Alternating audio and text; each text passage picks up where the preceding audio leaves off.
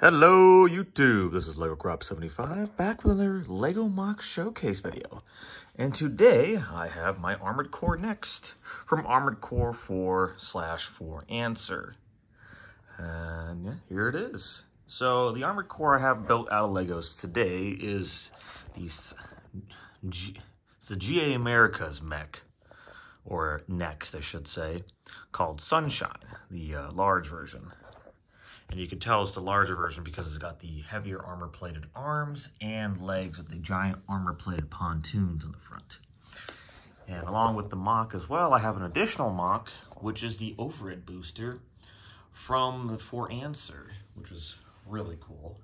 Really cool addition to the game.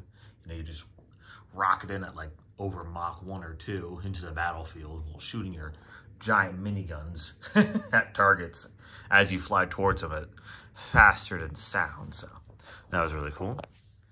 This is going to be actually an updated video because I've posted this before, but that was like after I built it initially. Okay, let's get it better. There we go. After I initially built it. So here we got the mech itself. I had to build a stand for the overhead booster because obviously the amount of weight on the back of it is just, it'd be too much for this thing to hold. You know, this thing barely stands up straight as it is, so it clearly needed a stand. So yeah, I got the GA America's shoulder-mounted miniguns. I got some, actually, back-mounted. Got to get that correct. No, not really, but, you know, I like to get things correct when I can. So I got the back-mounted Gatling guns. I got the arm-mounted Gatling guns, and I got the shoulder-mounted missiles. I forget which company built those in the game, but I didn't really build them accurate to what they are in-game, so they're just a combination of missile launcher I came up with, so yeah. I figured I wanted to add some missiles to the shoulders there to just flesh out the whole loadout. Yeah, it looks great. I think so. I've gotten a lot of, you know, good words of praise, or is that a good way to, I don't know, praise, you know, like, hey, that's a cool build. Like, thank you. I appreciate that, you know. I put quite a bit of time into it. Not like years or months or anything, but like, you know, a few weeks. It's usually the average timeline I have for these builds, you know. It doesn't take super duper long. Hell, the overhead booster I built here, only took me a day to just get the general build of it done, you know. The stuff usually doesn't take long. What it does help, though, is just having the pieces available to use. So that does help quite a bit. The next itself, let's see if it's better. There we go. Next itself, I say the initial build took about a week to create. And then since then, I've been editing it, modifying it. Here, let's get a better angle. Zoom in a little bit. There we go. Yeah, the head itself actually I've modified a few times. This is the second version of it. Let me actually show you the original version of the head. And these were the original back-mounted weapons. They were called Ogatos. Not the most accurate to the model in-game, but, you know, they suffice. And they look pretty cool, too, I think. So this is what the original headpiece used to look like for the mech. See there. Still got that eyepiece there. This back looked like side profile. Yeah, for the mech itself, I guess I want to say went with a more brick-based build. I definitely tried to shrink it down a bit, but in the end, it kind of just ended up being the same anyways. Same size, same grill format for the forehead. You know, very broad eyebrow, if you will. Get rid of that. There we go. But yeah, remade it. I think it looks better. A lot more plate usage, and it's actually a lot more complicated than just bricks on a plate. It's just, you know, you got a lot of, I don't even know what you call those. Just side-mounted pieces where they got, it's a flat plate that curves down to have like another like 90-degree angle plate. Yeah. So yeah, I used a bunch of those inside of it to just build around it. And we have that. Back here, we got a Got the rear section of it. Oh yeah, here's the thrusters at the back of the mech. The next, the overhead booster. Let's see, I think my fingers are getting ready. There we go. Better angle. There we go. Yeah. These pieces I added in later because I was just like, I wanted to get the initial build done. So yeah, pretty cool, pretty cool. Here's the back legs. Here are the back thrusters. Yeah, for a lot of the Nexts in the Armored Core Generation 4, they just have 2 thrusters in the back right here. And then either 1 thruster or 2 thrusters on the legs. For the heavier legs, heavier biped legs that GA American builds, they got 2 thrusters because, you know, they need more thrusters because of the extra weight. Because this thing is heavy. Like, it's the, I think it's the heaviest biped you can get in that game before you just move on to tank legs and just, you know, have literal, you know, building size tank legs just to support the weight of your weapons and whatnot. So yeah, and here are the miniguns. Now the miniguns I modified a bit because before, these are like the starter version. There's 2 different types of miniguns in game. These are the starter ones, but they don't have this drum magazine at the bottom. They supposed to have, I did build them at one point. This is just this little box beneath it. That's all they have on the bottom of them. So nothing fancy. I was like, that doesn't really look like a large enough container for ammunition. Because in game, they have like, what, 600 rounds of ammunition? And these are not tiny miniguns. These are good-sized guns.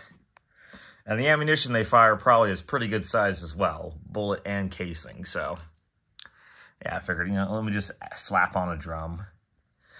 And, you know, just to make it look more accurate to how it should be or would be if it was even remotely resembling real life. Because most games or, oh my goodness, most of the guns in these games, they just have an unrealistic ammunition container. And they just like, slap on a specific amount of ammunition for it and just call it a day. Which I get. You know, it's more of a fantasy game than anything, and they're not really going for realism. Or should they, you know? You're already playing a video game. It's already fantasy as it is. And in most cases, you don't need things to be super duper realistic. So, you know, I say, fuck it, just go all out. But it's always cool when they try or at least make an attempt to make it seem realistic. Like these back-mounted miniguns. They got these giant drums holding ammunition in them, which I think is cool, you know? So I figured I'd share the cool factor down here. And they kind of look a little bit like the, I forget what the miniguns are called in Armored Core 6. But they kind of took that idea and went with it, except they're nowhere near as big as those. Like, even these drums are, I think, about the same size, if not smaller than the ones that the arm-mounted miniguns have in Armored Core 6, Fires of Rubicon. But yeah. I figured I'd just do that. See if we got more armor plating here.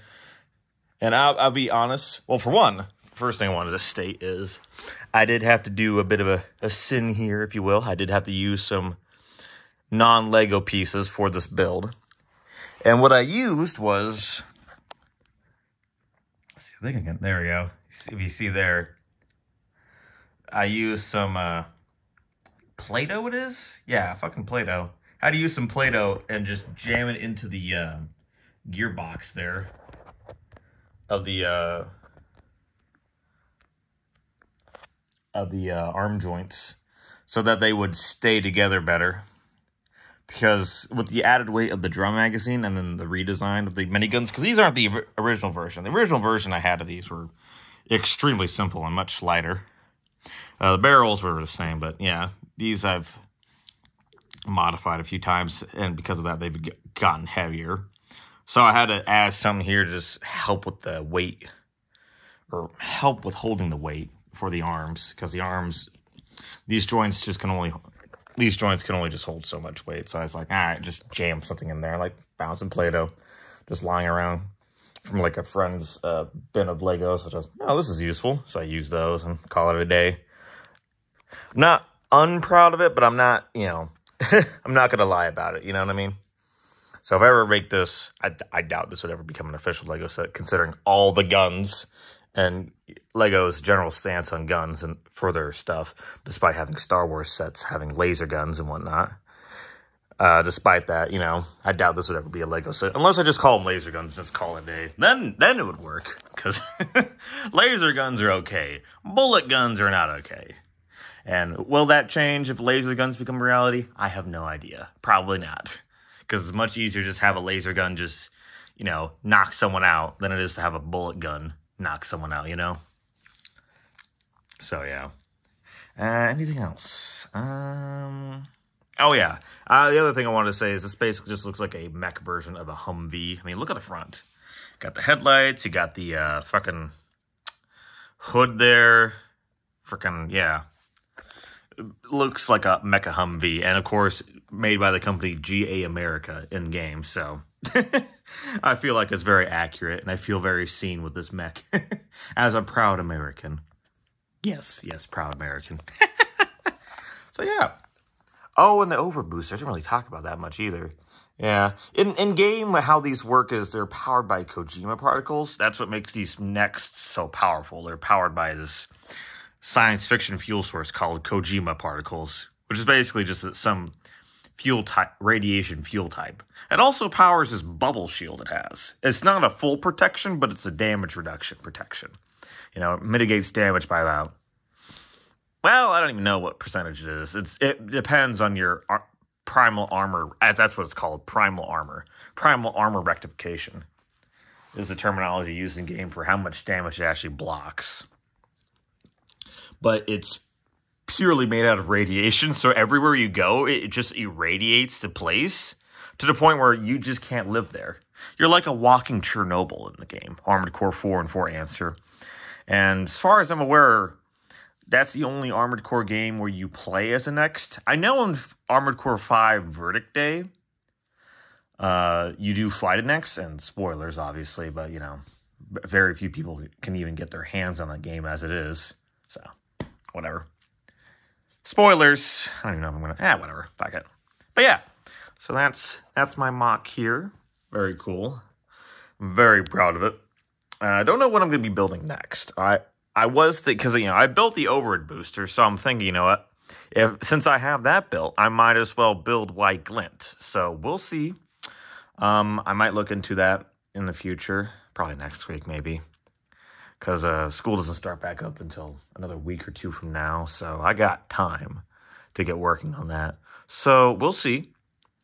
But yeah, that might be a future project I work on. If nothing else, I don't know, honestly. I don't know what else I'm going to work on. Because there's no other Halo ships I want to really build. And there's like, I don't know. We'll see. I do ramble a lot. Oh, well. Well, anyways, thank you all for watching this. I hope you enjoyed this video. And I hope you enjoyed my mech creation. Let's get another view of that. There we go. Got another view of thrusters. This thing, too. This beautiful thing. Yeah. Hope you enjoyed, and I hope to see you in the next video. Take care, and thank you for watching.